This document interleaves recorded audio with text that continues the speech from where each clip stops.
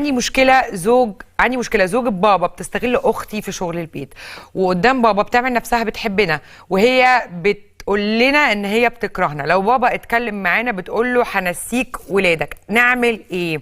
اول حاجه انت لازم تثبتي لوالدك انه مرات ابوكي بتعملكم معامله سيئه، فده يحصل مش هقولك سجلي لها طبعا عشان ده ما يصحش، لكن هقولك ان ده لازم يحصل بشاهد خفي. يعني ايه شاهد خفي؟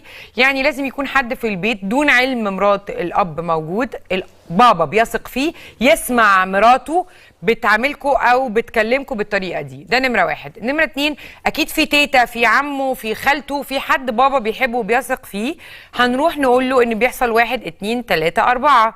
ممكن نتكلم معاها قدام بابا، ممكن نقول لها حضرتك قلت لنا امبارح ان حضرتك بتكرهينا وقدام بابا بتعملي 1 2 3، فلو سمحتي لو سمحتي يا بابا من فضلك شوف مراتك بتعمل فينا ايه.